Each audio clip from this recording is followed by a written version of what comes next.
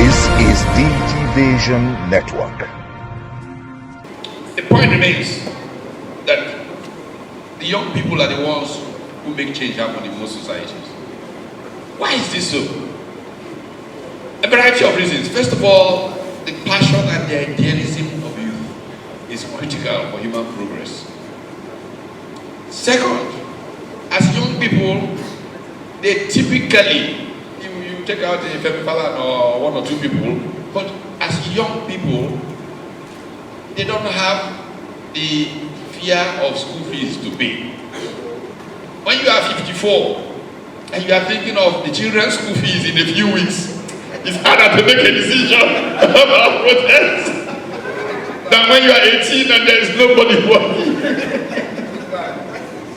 But what it means is that we must then develop strategies that can move us from 18-year-olds who are ready to do Aluta quickly to mature revolutionaries who can change the society with careful planning.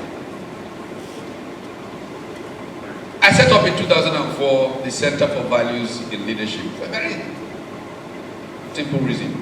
I believe that every generation has a duty to make their shoulders available for the next generation to stand up so they can see tomorrow more clearly.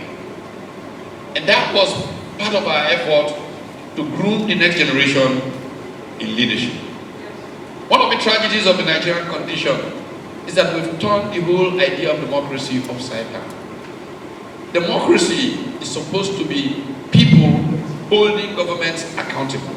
If you want to mature into the boardroom and use the language of corporate governance, when the owners of a business find agents to execute for them, they must have instruments for holding those agents accountable for the assignments they've sent them on. It's only the kind of democracy we run here that people fear government rather than government fearing the people. Until we can make governments fear the people, we don't have a democracy. The people must set course. And this is why what we need is to build citizenship, citizens.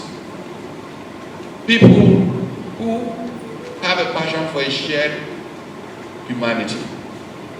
As the Greeks used to say, at the bottom of society's ladder are idiots. Idiots are just people who care just about themselves. At the next level, we have tribalists. People who care about people who share a certain affinity, blood or something, or language. And with tribalists, everybody who does not share in that their parochial base is an enemy. So tribal wars are permanent. But if they move up and become citizens, a shared humanity drives them to do things that advance the common good of all. This is why the NSAS protests, for me, marked the arrival of citizenship in Nigeria.